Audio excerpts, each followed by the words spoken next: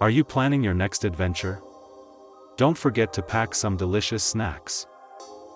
Dark chocolate-covered almonds. Dip almonds in melted dark chocolate, let them cool and harden, and then pack them in small bags.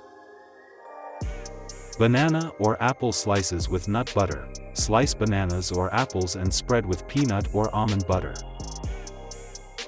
Dried edamame. Roast or dry edamame beans with a sprinkle of salt and your favorite spices for a crunchy snack. Roasted chickpeas. Season and roast chickpeas in the oven until crispy for a protein-packed snack. More travel DIY snacks. On Part 5.